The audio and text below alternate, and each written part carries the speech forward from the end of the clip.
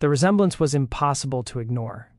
Anyone with functioning eyes could see it. The same sharp jawline, the same proud lift of the chin, the same gray-green eyes that shifted from steel to sea glass depending on the light. Even their posture was identical, shoulders slightly drawn back as if shaped by the same invisible hand. Yet one of them wore silk cravats and rode a thoroughbred horse across the manicured lawns of Belle Plantation, and the other wore coarse cotton, sweating through 12 brutal hours in the very fields his mirror image inherited. In Tidewater, Virginia, 1854, such similarities weren't just noticed, they were dangerous. They whispered of secrets polite society pretended not to see in the daylight, secrets discussed only behind raised fans and closed parlor doors. And when a traveling photographer accidentally captured both young men in a single frame, that single image set off a chain of events that would shatter one of Virginia's most powerful families and expose truths some were willing to kill to protect. This is not a story about justice. It's not a story about redemption. It is a story about what happens when one photograph forces an entire society to face a reality it spent decades trying to bury. Belle Reve, a kingdom built on lies. Belle Reve stood like a monument to old Virginia wealth, its white columns blazing under the summer sun. Nearly 800 acres of prime tobacco land stretched along the James River, a self-contained empire ruled by Alistair Dandridge, a man who believed his authority was absolute and unquestionable. The main house, built in 1798, contained 16 lavish rooms filled with imported furniture, Parisian chandeliers, and silver that required 3 locked cabinets. But Alistair's greatest wealth wasn't held in wood or gold or crystal. His wealth was recorded in a leather-bound ledger.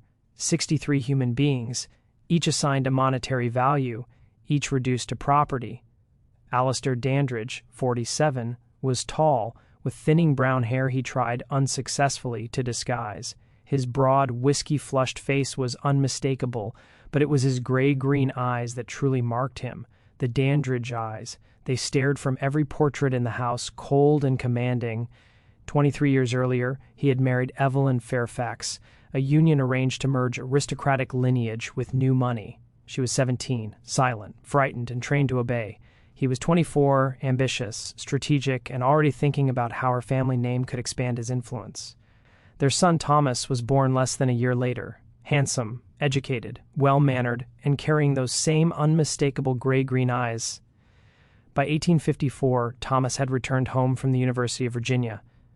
He possessed his father's height, but his mother's gentleness, a softness Alistair mistook for weakness. Thomas had grown up surrounded by the daily brutality of plantation life, yet something in him resisted the idea that people could be owned. He never said this aloud, he understood the danger, but the discomfort lived inside him like a quiet, constant ache.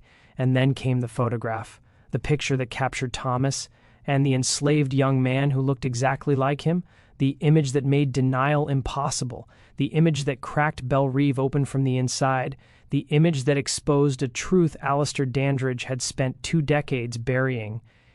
If you want more stories like this, stories buried in archives, hidden in destroyed records, erased from textbooks, make sure you subscribe to Vintage Chains. And let me know in the comments, which country are you watching from? Your support helps keep these forgotten histories alive. The Dandridge household also included Alistair's unmarried sister Catherine, a sharp-tongued woman of 45, who had never quite forgiven the world for failing to provide her with a suitable husband. She lived in the East Wing, spending her days embroidering pillowcases with increasingly elaborate patterns and making cutting remarks about everyone's behavior. Catherine noticed everything, forgot nothing, and wielded gossip like a weapon. This was the family structure at Belle Reve in the summer of 1854, respectable, established, outwardly perfect. And then there was Samuel. Samuel had been born in the slave quarters of Belle Reve on a cold March night in 1832, the same year Thomas was born in the main house. His mother was Ara, a house servant who had worked in the Dandridge household since she was 13 years old. Ara was considered one of the privileged enslaved people at Belle Reve. She worked indoors, wore relatively clean clothing, and was rarely subjected to the backbreaking field labor that destroyed so many bodies before their time. She was also beautiful, with smooth, dark skin, expressive eyes, and a quiet dignity that she maintained despite her circumstances. By the time she was 20 years old, Alcester Dandridge had noticed her, and in a world where enslaved women had no legal right to refuse their owners anything, what Alcester noticed he took. No one spoke of it openly. Of course, such things were never discussed in polite company, but the other enslaved people at Belve knew. The house servants whispered about it when Evelyn was out of earshot, and when Ara's belly began to swell in the late summer of 1831, everyone understood what had happened, even if no one would say it aloud. Samuel was born just 2 months after Thomas. For the first few years of his life, the resemblance wasn't particularly notable. Many babies share similar features, and no one expected to see Alcester Dandridge in the face of a slave child. But as Samuel grew, the similarities became impossible to dismiss. By age 5, Samuel had same gray-green eyes as Thomas, the same narrow nose, the same way of tilting his head when he was thinking. Old Jeremiah, who had worked at Belrive for 60 years and remembered Alcester's father, swore that Samuel looked more like a Dandridge than some of the legitimate white cousins who occasionally visited from Richmond. Ara saw it, of course. How could she not? Every time she looked at her son, she saw the man who had forced himself on her reflected back. It was a complicated agony. She loved Samuel with a fierce, protective intensity, but his face was a daily reminder of violation and powerlessness. She never spoke of his parentage, not even to Samuel himself. What would be the point? The truth couldn't free him. It could only endanger them both. As Samuel grew older, Ara made sure he understood the fundamental rule of his existence. Blend in, stay quiet, never draw attention. In a world where enslaved people were punished for the smallest infractions, being the visible evidence of the master's adultery was potentially fatal, Alcester Dandridge would tolerate Samuel's existence only as long as he could ignore it. But ignoring became harder as Samuel reached adolescence, and the resemblance to Thomas became undeniable. By the time both young men were 22 years old in that summer of 1854, they could have been brothers, or rather, they looked like what they actually were. A legitimate son and his illegitimate half-brother born to different mothers, but sharing the same father's unmistakable features. The enslaved community at Belrive walked on eggshells around this truth. They all knew, but they also knew that acknowledging it openly would bring disaster. Alcester had never publicly admitted to fathering Samuel, and no one expected he ever would. As long as the fiction was maintained, as long as everyone pretended not to see what was obvious to anyone with eyes, a fragile peace could be maintained. Thomas himself had noticed the resemblance years earlier, sometime around his 16th birthday. He had been walking through the tobacco fields, avoiding his father's expectations, as he often did, when he saw Samuel working alongside several other young men. The late afternoon sun was hitting Samuel's face at an angle, and for a disorienting moment Thomas felt like he was looking at his own reflection in strange clothes. He had stopped walking, staring openly, his mind racing through implications he didn't want to examine. Samuel had noticed his attention and immediately looked down, his shoulders tensing with fear. That reaction, the immediate assumption that a white man's attention meant danger, had shaken Thomas more than the resemblance itself. He had never confronted his father about it. What would he even say? The accusation seemed too enormous, too devastating, and part of Thomas didn't want confirmation because confirmation would force him to reconcile the father he knew. Stern but respectable, a pillar of the community with the kind of and who would rape an enslaved woman and then enslave his own child. So Thomas did what his entire family had perfected. He pretended not to see. He avoided looking at Samuel directly. When they inevitably crossed paths, he looked through him rather than at him, as though Samuel were a piece of furniture rather than a person. This was the precarious situation at Belrive in July of 1854, when Silas Croft arrived at the front gate with his traveling photography equipment. Silas Croft was a man who lived out of a converted wagon that smelled perpetually of chemicals, silver nitrate, bromine, and the acrid tang of mercury vapor. He was 36 years old, originally from Baltimore, with thinning sandy hair and wire-rimmed spectacles that gave him a scholarly appearance. He had learned the Girépé process in 1850 and had spent the last 4 years traveling through the South, offering wealthy plantation owners the opportunity to capture their likenesses and their properties in permanent images. Photography was still relatively new and exotic in 1854, barely 15 years old as a commercial enterprise. The Girépé process, which created images on silvered copper plates, was complex, time-consuming, and expensive. Only the wealthy could afford it, which made plantation owners ideal customers. They wanted portraits of their families, images of their grand houses, visual proof of their wealth and status that could be preserved for future generations. Silas had photographed dozens of plantations across Virginia, Maryland, and North Carolina. He had captured stern patriarchs sitting rigidly for the lengthy exposures, delicate wives arranged in their finest silk gowns, children frozen in poses of idealized innocence. He had also photographed the plantations themselves, the grand houses, the manicured gardens, the fields stretching to the horizon. And sometimes, if the plantation owner requested it, he photographed the enslaved people. These images served a dual purpose. They were both documentation of valuable property and a form of boasting visual evidence of the owner's wealth measured in human beings. Silas found these sessions profoundly uncomfortable, but he needed the money, and he had learned not to question his customers' requests. He arrived at Bellerive on a Thursday afternoon in mid-July, his wagon rattling up the long oak lane drive that led to the main house.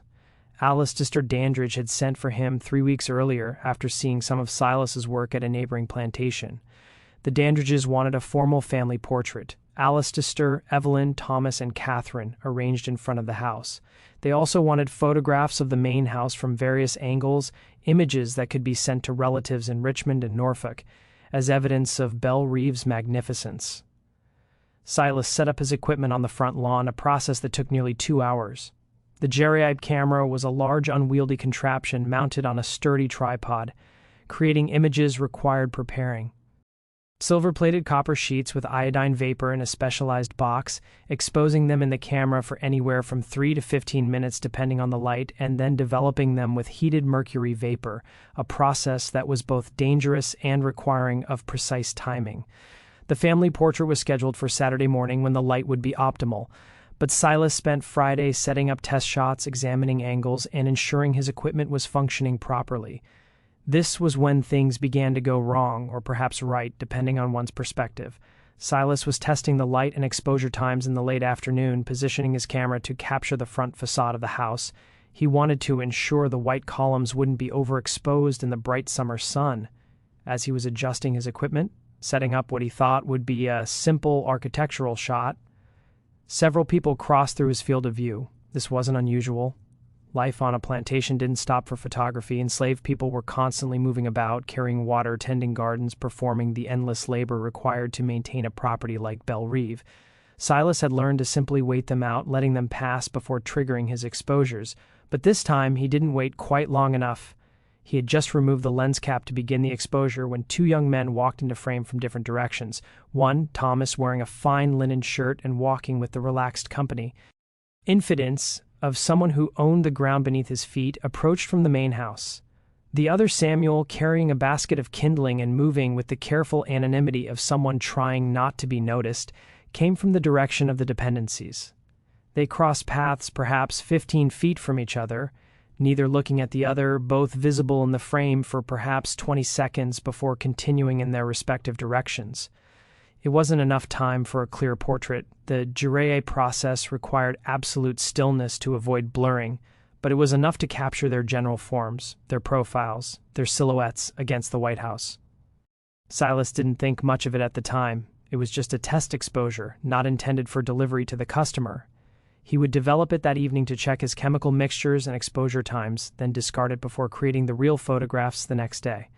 That evening, in his wagon lit by lanterns and smelling of chemicals, Silas developed the test plate. When the image emerged from the mercury vapor, he nearly dropped it. There, captured on the silvered surface, were 2 young men in profile. The quality wasn't perfect. There was some motion blur, some loss of detail, but what was perfectly, undeniably clear was that they had the same face, the same profile, the same bearing, the same distinctive features that marked them as kin. One was dressed in fine clothes, the other in rough cotton. One was white, the other was black, but they had the same face. Silas stared at the image for a long time, his hands trembling slightly. He had been photographing southern plantations for 4 years. He was not naive about what happened on these estates, about the unspoken rules and hidden realities. He had heard the whispered jokes among white men about plantation children and night visits but he had never seen the evidence presented so starkly, so undeniably as in this single image. The resemblance was impossible to explain away. This wasn't a vague similarity or a coincidental shared feature. This was clear visual proof of blood relation captured permanently in silver and copper.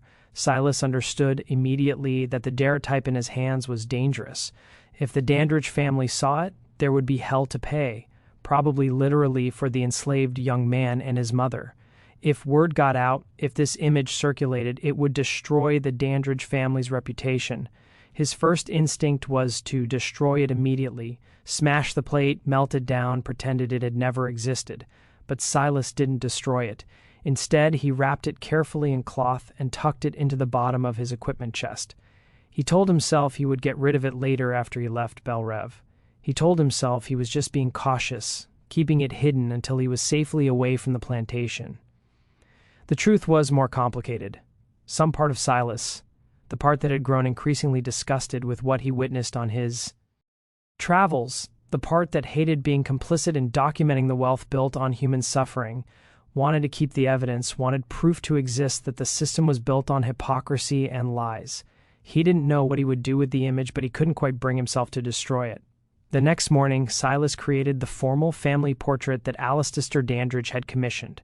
The whole family arranged themselves on the front portico. Alistair in the center, looking stern and important. Evelyn beside him in a gown of dove-gray silk with her hands folded delicately in her lap. Thomas standing behind his father's right shoulder in his finest suit, and Catherine positioned at the end with an expression that suggested she smelled something unpleasant. The exposure took nearly 12 minutes. Everyone had to remain absolutely still, which was torture in the July heat. Evelyn's left eyelid developed a twitch around minute 8. Catherine's expression evolved from annoyed to actively hostile, but when the image was finally developed that afternoon, it was perfect, a flawless record of Southern respectability and familial harmony. Alistair was so pleased with the results that he ordered 5 additional copies to be made and commissioned 3 more photographs, one of just himself for his study, one of Thomas for Evelyn's parlor, and a grand landscape shot of the entire plantation taken from the highest point on the property. Silas spent the next 4 days at Belle Reve creating these additional images. He was treated well, given a room in the house rather than sleeping in his wagon, fed meals in the formal dining room, paid handsomely for his work. Alistair Dandridge was the kind of client any traveling professional would value. But the entire time, Silas was aware of the hidden daguerreotype at the bottom of his equipment chest, and he was aware of Samuel's presence, moving through the edges of daily life like a ghost, carefully avoiding any situation where he might be noticed by the white family he unknowingly resembled.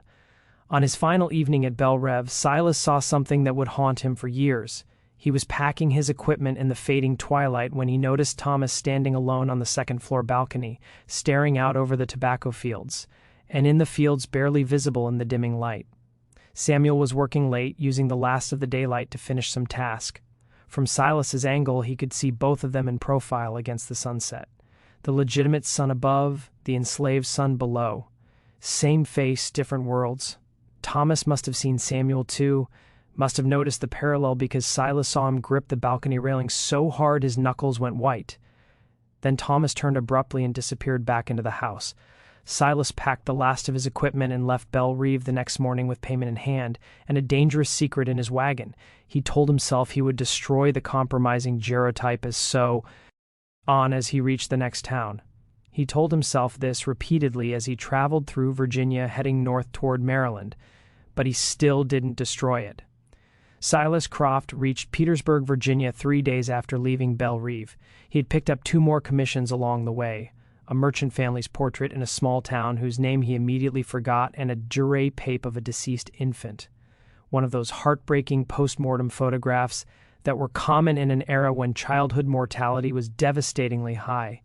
Petersburg was a bustling town where Silas had established connections with several local businesses. One of his regular contacts was a printer named Douglas Webb, who specialized in creating copies of daguerreotypes. Webb had developed a reliable process for producing multiple paper prints from daguerreotype originals, which was valuable for customers who wanted to share images with distant relatives. Silas needed Webb to produce the additional copies that Alistair Dandridge had commissioned. He brought his plates to Webb's shop on a Tuesday afternoon, including the formal family portrait and the landscape shots. What happened next was either a genuine accident or the universe's way of ensuring that secrets don't stay buried. Years later, Silas would never be certain which.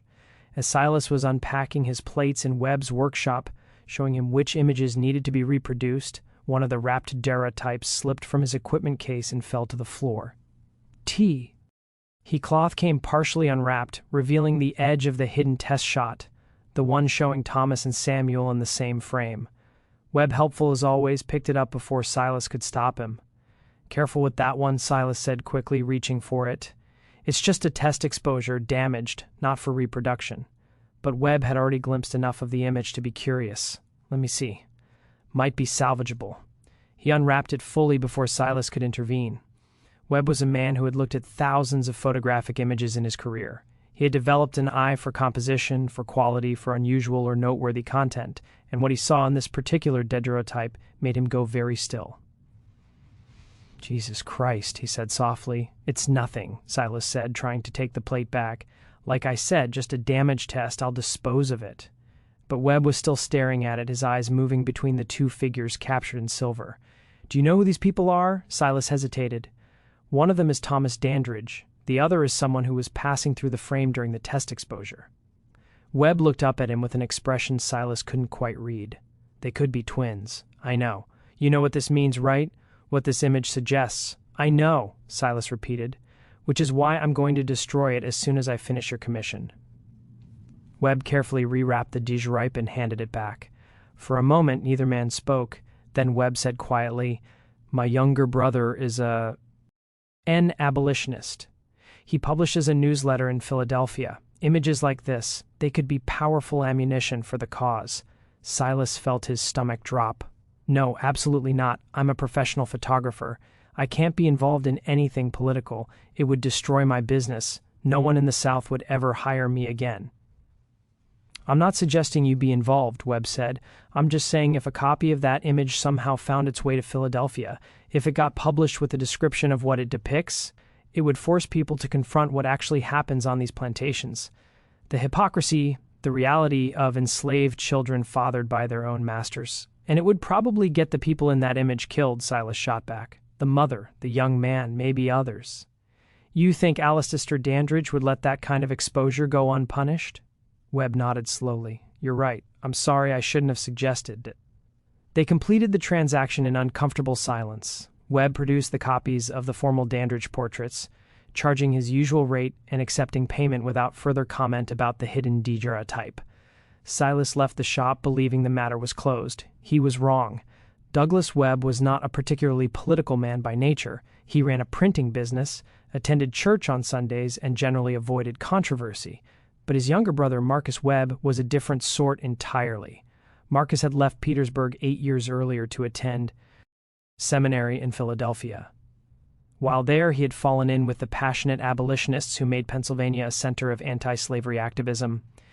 He had abandoned his plans for ministry and instead thrown himself into the movement, writing inflammatory articles, organizing speaking events, and publishing a monthly newsletter called the Liberty Standard that called for the immediate and complete abolition of slavery. Douglas didn't share his brother's fervor. He found Marcus exhausting and self-righteous, but he loved him and stayed in touch through regular letters. And 3 days after Silas Croft left his shop, Douglas sent Marcus one of those letters. He described the daguerreotype he had seen. He described the undeniable resemblance between the two young men. He described what he knew about the Dandridge family, their wealth, their prominence, their respectable reputation in Virginia society, and he mentioned almost casually that someone in the abolitionist movement might find such an image valuable as propaganda. Douglas told himself he was just sharing an interesting story with his brother. He wasn't actually suggesting Marcus do anything with the information, he was just mentioning it. Marcus Webb received the letter in late August.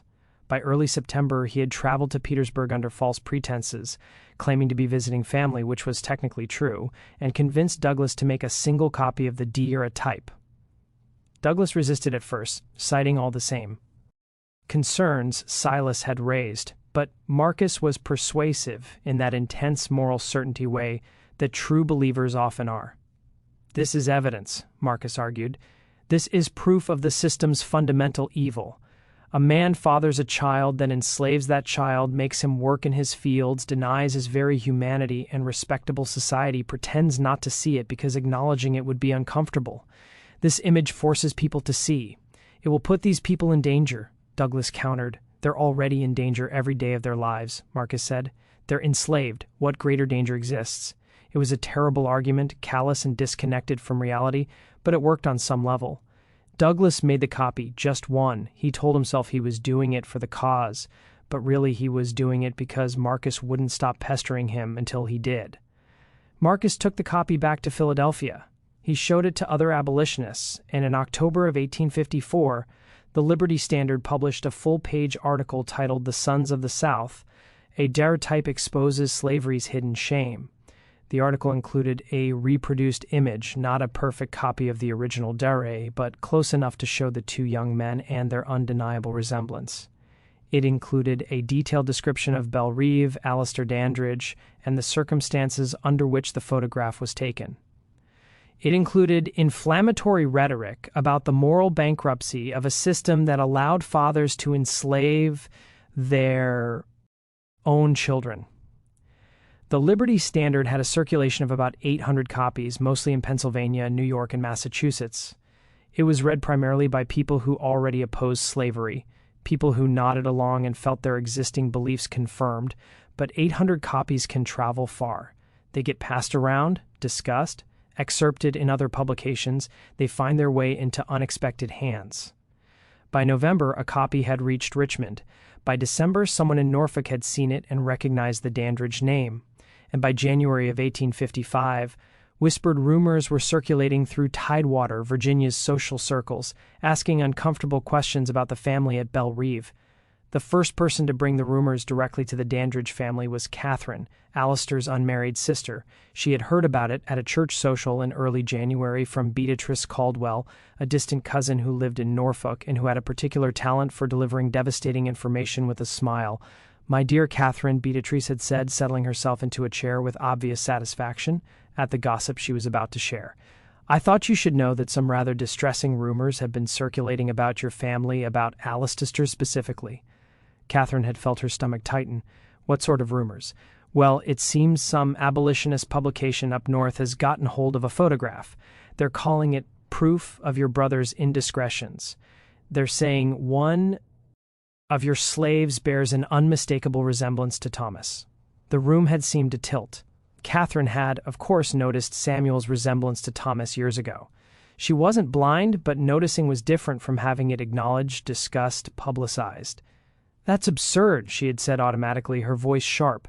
"Abolitionist propaganda. They'll say anything to make our way of life look barbarous." Of course, Beatrice had agreed in a tone that made clear she believed no such thing. "But you know how people talk. Even if it's all lies, the scandal of having such accusations published. Well, it's bound to affect the family's standing." Catherine had left the social immediately, claiming a headache, and returned to Belle Reve in a state of cold fury. She found Alistair in his study that evening and closed the door behind her. "We need to talk," she said, "about your bastard." The confrontation that followed was one of the ugliest in Dandridge family history. Alistair tried to deny everything at first, claiming the rumors were fabricated that abolitionists were trying to destroy respectable Southern families with lies and doctored photographs. But Catherine wasn't having it. "I have eyes. Alistair, I've seen Samuel. Everyone has seen him. He looks exactly like Thomas. Exactly. Like our father. Like our grandfather. He has the Dandridge eyes. For God's sake, you're imagining things. Don't you dare." Catherine cut him off, her voice shaking with rage. "Don, do you dare insult my intelligence? You forced yourself on that woman, you fathered a child with her, and then you kept them both here, enslaved, where we all have to see the evidence of your depravity every single day." Alistair's face had gone purple. "Watch your tongue. This is my house. This was our father's house," Catherine shot back, "and our grandfather's, and you've disgraced it. You've made a mockery of our family name, and now it's all coming out, published in newspapers, passed around like scandal sheets. Do you have any idea what this will do to Thomas's prospects? What respectable family will want their daughter to marry into a household embroiled in this kind of ugliness?" That hit home. Alistair had been planning to announce Thomas's engagement to a young woman from a prominent Richmond family that spring. The union would cement important political connections and expand the Dandridge influence considerably.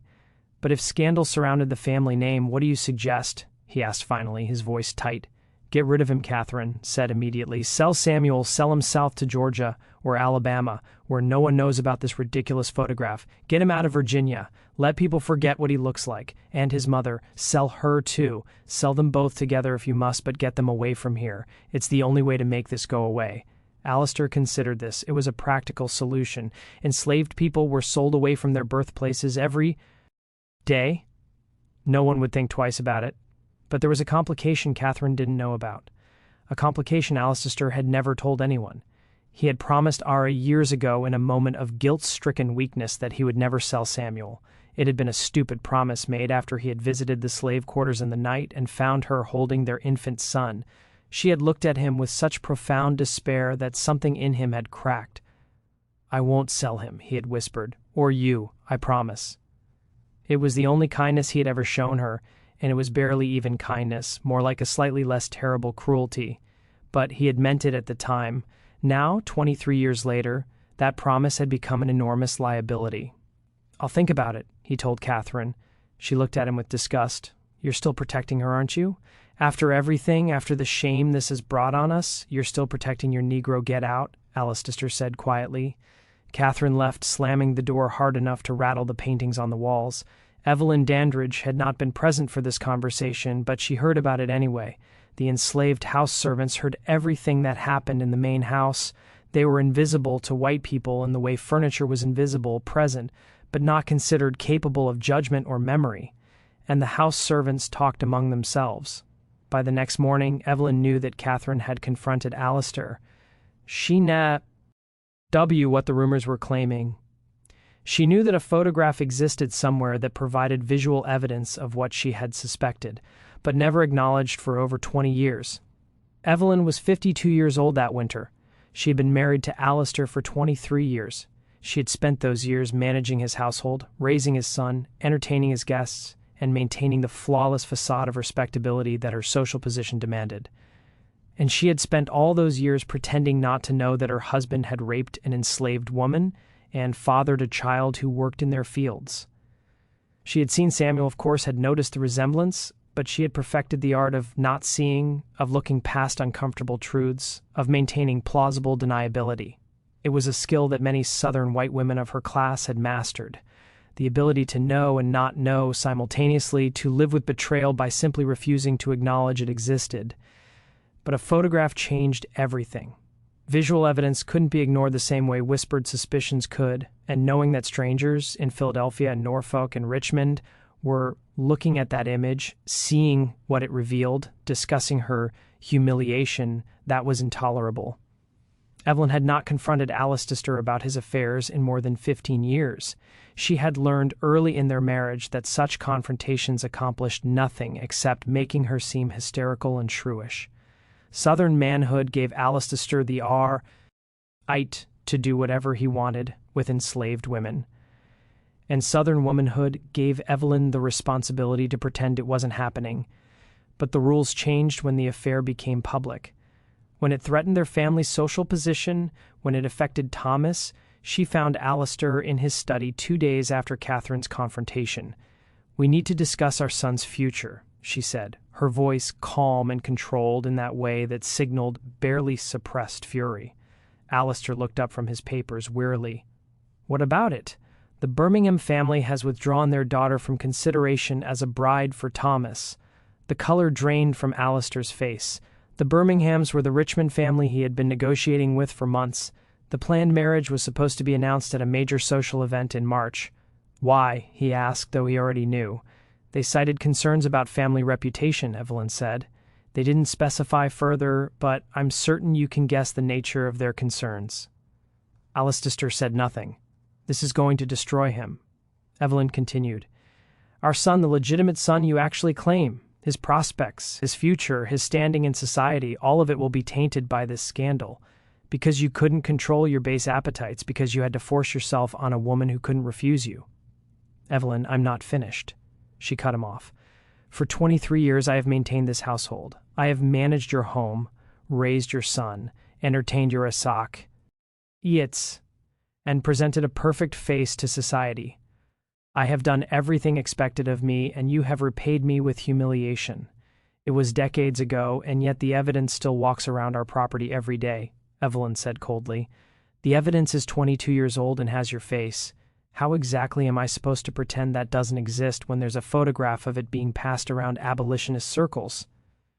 Alistair stood up, frustrated. What do you want me to do? I can't unmake the past. You can deal with the present, Evelyn said. Catherine is right. They need to be sold, both of them, immediately. Sold south where no one will connect them to this family. It's the only way to minimize the damage. I can't, Alistair said quietly. Evelyn stared at him. What do you mean you can't? I promised her I wouldn't sell them. The silence that followed was terrible. Evelyn's face went through several expressions: disbelief, rage, something that might have been profound hurt before settling into a mask of frozen contempt. You promised her, she repeated. You made a promise to your slave woman. Evelyn, you've broken every promise you made to me, she said, her voice shaking slightly. But the promise you made to the woman you raped, that one you intend to keep, that's where your honor lies. It's not that simple. Get out of my sight, Evelyn said. I don't want to look at you. Alistair left his own study because it was easier than continuing the conversation. Thomas learned about the photograph and the scandal from a friend in Richmond who sent him a discreet letter in mid-January. The letter included a clipped excerpt from the Liberty Standard article, though not the actual image itself. Thomas read it alone in his room, his hands trembling. Seeing the truth laid out in print, the legitimate heir and the enslaved son, captured together by accident, revealed the hidden reality of plantation life, made it impossible to maintain his carefully constructed denial. He had known on some level for years, but knowing privately and having it published for strangers to read were entirely different experiences. The letter from his friend ended with sympathetic but pointed advice. You may want to distance yourself from Belrave for a while until this all settles down. Perhaps extended travel would be beneficial. Thomas understood what that meant. His friend was suggesting he flee, essentially run away to Europe or up north and wait for the scandal to fade, abandon his family to deal with the consequences alone. He couldn't do that. Whatever his father's sins, and they were enormous, Thomas couldn't just disappear, but he also couldn't stay at Belrive and pretend everything was normal. Not anymore. Not with the truth hovering over everything like a dark cloud. That evening, Thomas did something he had never done before. He went down to the slave quarters after dark. The slave quarters at Belrive were a collection of rough wooden cabins arranged in 2 rows behind the main house, past the dependencies and work buildings. Thomas had rarely ventured there in his entire life. White members of the Plantation family didn't go to the quarters unless there was a specific problem requiring attention. But Thomas walked there deliberately that night, his heart pounding, not entirely sure what he was doing or why. He found cabin. He knew which one it was because he had asked one of the house servants years ago in a moment of curiosity he had never acted on. It was one of the slightly better cabins with actual glass in the window and a door that closed properly. Small privileges granted to house servants. He knocked quietly. After a long moment, the door opened. Era stood there, 43 years old, still beautiful despite years of labor and fear. When she saw Thomas, her expression went carefully blank. Master Thomas, she said quietly, is something wrong? Everything about her posture was guarded, protective. Thomas realized with a sick feeling that she was afraid of him. Of course she was. A white man coming to a slave cabin at night never meant anything good. I need to talk to Samuel, Thomas said. Is he here? He's done nothing wrong, Ara said immediately defensively. I know, I'm not here to, I just need to talk to him. Ara hesitated, then stepped aside. The cabin's interior was small and spare. A few pieces of simple furniture, a hearth, 2 narrow beds. Samuel was sitting at a rough table, mending a shirt by candlelight. When he saw Thomas, he stood immediately, his expression weary. The resemblance was even more striking in the small cabin's candlelight. Thomas felt dizzy looking at him. Leave us, Thomas said to Ara. No, Ara said firmly. If you want to speak to my son, you'll do it with me present. Thomas was so surprised by her defiance. Slaves didn't refuse direct orders from white family members that he simply nodded. All right. An uncomfortable silence followed. Thomas didn't know how to begin. Finally, Samuel spoke. We heard about the photograph. His voice was quiet but steady. You did? News travels even to people like us. Thomas flinched at the phrasing. People like us. The acknowledged difference. I'm sorry, Thomas said. The words felt inadequate but necessary. I'm sorry you're in danger because of something that's not your fault. Samuel's expression didn't change. We've always been in danger. That's what it means to be property. You're my brother, Thomas said suddenly, surprising himself. You're my half-brother there. You know it. I know it. Everyone knows it. Does your father know it? Samuel asked. Thomas didn't know how to answer that. Era spoke up, her voice hard. Your father knows exactly what he did, and he's known for 22 years what the consequences were. He chose to keep us here anyway, chose to watch Samuel grow up enslaved, chose to let you grow up in privilege while your brother worked in the fields. That wasn't ignorance, that was choice. I know, Thomas said quietly. I know, and I don't know how to fix it. I don't know how to make any of this right. You can't, Samuel said simply. What's done is done. My father's considering selling you, Thomas said, both of you, sending you south to make the scandal go away. He saw terror flash across both their faces before they controlled it. Being sold south was one of the most feared fates for enslaved people in Virginia. It meant separation from everyone you knew, harsher working conditions, higher mortality rates. It meant disappearing. Can you stop him? Ara asked. I don't know, Thomas admitted. I don't have any real authority here. I'm just his son. You're his legitimate son, Samuel corrected. That counts for something. They talked for nearly an hour in that cabin, a bizarre and unprecedented conversation among three people whose lives had been shaped by the same man in completely different ways.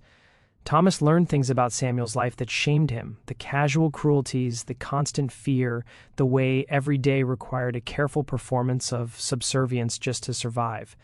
When Thomas finally left, he had no solutions, but he had something he hadn't had before, a direct connection to the human being at the center of this scandal, a brother he had spent 22 years pretending not to see, and he had a growing conviction that what was happening at Belle Reve was profoundly, irredeemably wrong. February 1855 brought an unexpected visitor to Belle Reve, Beatrice Caldwell, the distant cousin from Norfolk who had first brought the rumors to Catherine's attention. Beatrice arrived unannounced on a Tuesday morning, her carriage rolling up the Oaklandine Drive with an air of purpose that immediately set everyone on edge. She was a woman in her early 52s, wealthy in her own right from her late husband's shipping business, and possessed of that particular brand of social power that comes from knowing everyone's secrets and having no compunction about weaponizing them. Evelyn received her in the formal parlor with all the grace her position demanded, though she would have preferred to turn Beatrice away at the door. Beatrice, what an unexpected pleasure, Evelyn said, her tone making clear it was no pleasure at all. Darling Evelyn, Beatrice replied, settling herself into the best chair without waiting for an invitation. I've been hearing such concerning things, and I simply had to come see how you all were managing. We're managing perfectly well, are you? Because the talk in Norfolk hasn't died down at all. If anything, it's getting worse. People have started sending for copies of that abolitionist newspaper just to see the photograph. It's become quite the sensation. Evelyn felt her jaw tighten. People will always gossip. It means nothing. Oh, but it does mean something, dear. It means invitations are being reconsidered. It means business relationships are being quietly ended. It means your family's name is becoming associated with scandal. Beatrice leaned forward conspiratorially. I heard the Birminghams withdrew their daughter from consideration as Thomas's bride. Is that true? That's private family business. So it is true. Beatrice looked genuinely delighted. How devastating for you and for Thomas. The poor boy must be beside himself. Thomas is fine, is he? Because I've heard he's been seen doing the most peculiar thing, visiting the slave quarters at night. Surely that can't be true. It would be so improper. Evelyn felt cold panic flood through her. If word was spreading about Thomas visiting Samuel, it would only fuel more speculation and scandal. The optics were terrible. I think you should leave, Beatrice. Oh, I haven't even told you why I came yet, Beatrice said, her smile sharp. I'm hosting a tea next month, a gathering of the most prominent families in Norfolk and the surrounding area. I would very much like the Dandridge family to attend. This was a trap, obviously, but refusing would be even worse than accepting. It would look like they were hiding, admitting guilt. We would be delighted, Evelyn lied. Wonderful. I'll send the formal invitation. Do bring Thomas. I'm sure everyone is eager to see how the young man is holding up under such trying circumstances. After Beatrice left, Evelyn sat alone in the parlor for a long time, feeling the walls of her carefully maintained world closing in. The next few weeks saw a series of increasingly desperate family meetings. Alcester, Evelyn, Catherine, and Thomas gathered behind closed doors to discuss their options, their voices rising in frustration and fear. Catherine continued to push for selling Samuel and Era. It's the only solution. Every day they remain here, they're living evidence of the scandal. Thomas, to everyone's surprise, pushed back. They're people, not evidence. You can't just dispose of them because they're inconvenient. They're slaves, Catherine snapped. That's exactly what you can do with them. They're my brother and his mother, Thomas said, his voice shaking with suppressed emotion. Whether anyone wants to acknowledge it or not, the room went silent. It was the first time anyone in the family had said it out loud so directly. Alistair looked at his son with an expression somewhere between rage and despair. You will not speak of this. Why not? Everyone else is speaking of it. There's a photograph circulating through the northern states showing us standing together.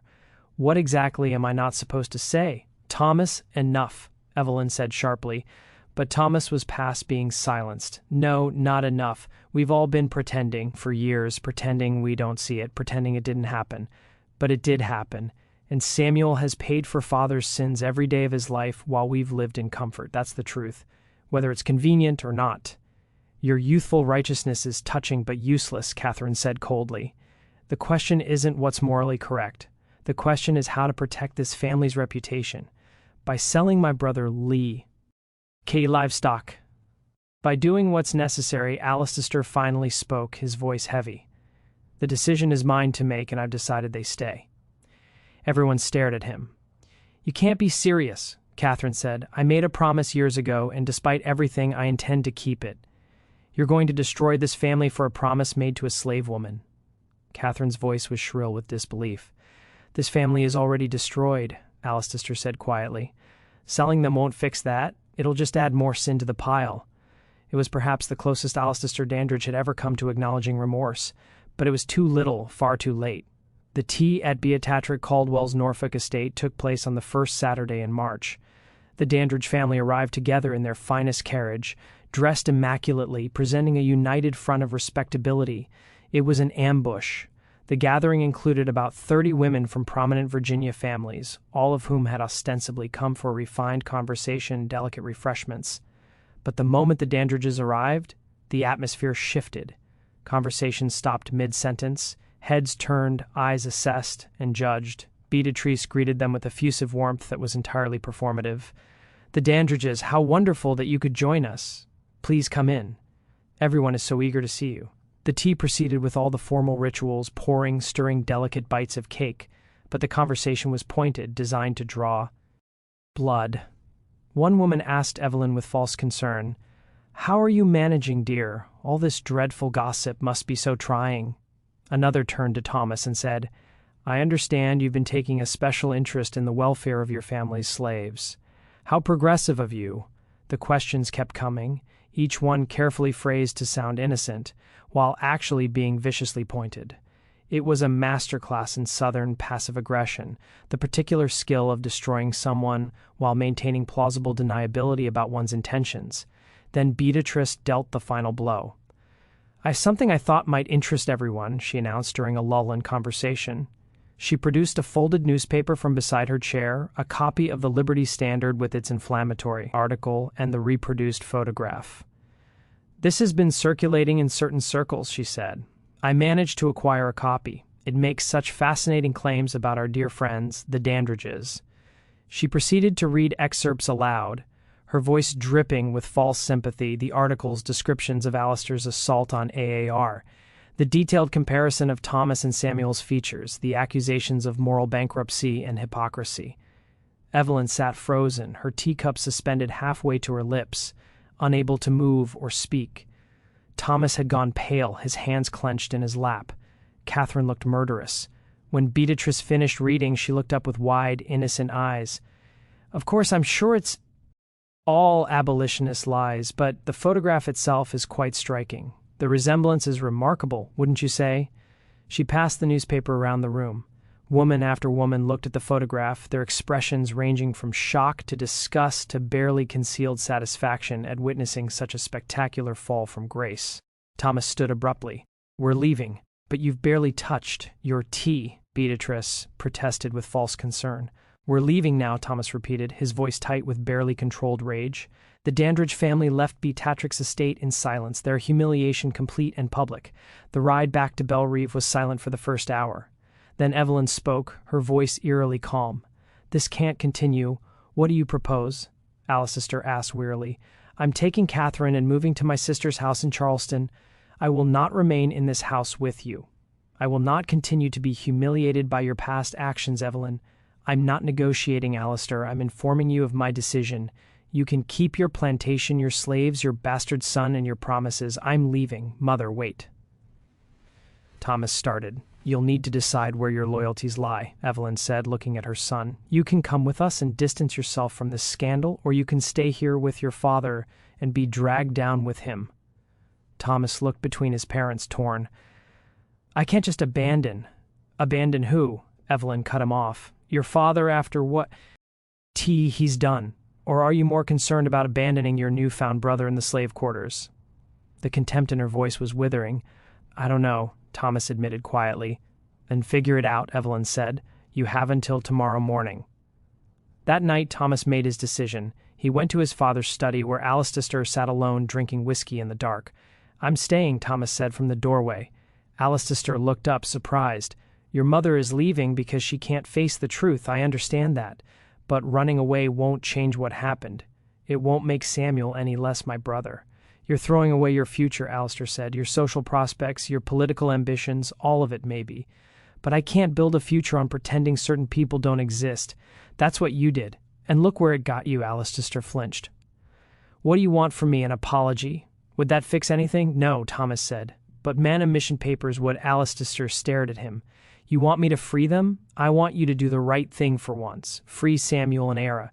Give them papers. Give them enough money to start a life somewhere else, somewhere safe. Let them go. If I free them now in the middle of this scandal, it will be seen as admission of guilt." "You are guilty," Thomas said bluntly. "Everyone knows it. The only question is whether you'll do anything to make it right. And if I refuse," Thomas met his father's eyes, "then I'll wait until you die and do it Elf, I'm your heir. Eventually, Belrive will be mine, and the first thing I'll do is free every single person you've enslaved here." It was a threat and a promise. Alcester recognized the determination in his son's voice. The same iron conviction that had once upheld the Dandridge traditions now turned against them. "You've become self-righteous," Allister accused. "I've become honest," Thomas replied. "It only feels radical because we've lived inside lies for so long." 3 days later, on a cold March morning, Allister Dandridge signed the manumission papers for Ara and Samuel. The documents declared them free. Free in the eyes of Virginia law, free to walk away from Belrive forever. It wasn't much. Virginia in 1855 burdened free black people with harsh restrictions, including the requirement that they leave the state within a year or risk being enslaved again. But freedom, even fragile freedom, was still a door opening. Allister added $200 in cash, enough to help them reach the north and begin new lives far from Virginia's reach. When Thomas brought Ara the papers, she broke down in tears. She had spent 25 years enslaved. She had borne a child in bondage, survived assault, humiliation, and the constant terror of being sold away. And now, suddenly, the cage was unlocked. "Where will you go?" Thomas asked. "Philadelphia," Ara answered without hesitation. "I have cousins there. They'll help us start over." "I'm sorry," Thomas said quietly, "for everything. For what my father did." Ara studied his face. "You are not your father," she said. "Don't forget that." Samuel joined them, freedom papers trembling in his hands. Thomas looked at his half-brother, no qualifiers needed now, and held out his hand. After a moment, Samuel took it. "Thank you," Samuel whispered. "Don't thank me," Thomas said. "This is the bare minimum of what you've always deserved." 2 days later, at dawn, Ara and Samuel left Belrive carrying only a few belongings and those precious papers that finally called them free. From the upper balcony, Thomas watched them disappear into the distance, feeling relief, guilt, and grief all tangled together. They were safe now, but their freedom had come decades late. Evelyn Dandridge never returned to Belrive. She lived out her days with her sister in Charleston, insisting to the end that she was the victim of her husband's moral failures. She never spoke to Allister again. Catherine went with her, bitter, ashamed, desperate to escape the scandal that had stained the family name. Alistair remained at Belrive, watching his social world collapse. Former friends stopped calling. Business allies vanished. Richmond's political circles treated him like a ghost. He died in 1859, still wealthy but utterly alone.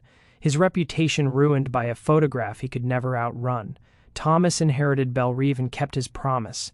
He freed the enslaved people gradually to avoid financial ruin, paid wages to those who stayed, and supported those who left. By 1863, when the Emancipation Proclamation was issued, Belrive was already operating as a paid labor farm. He never married. The rest of his life became a long attempt to make amends, though he never fully forgave himself for the years he spent looking away. Ara and Samuel reached Philadelphia in April 1855. They settled among the city's growing free black community. Samuel learned carpentry, opened a small workshop, married, had children, and lived to see slavery abolished nationwide. Ara lived to be 73.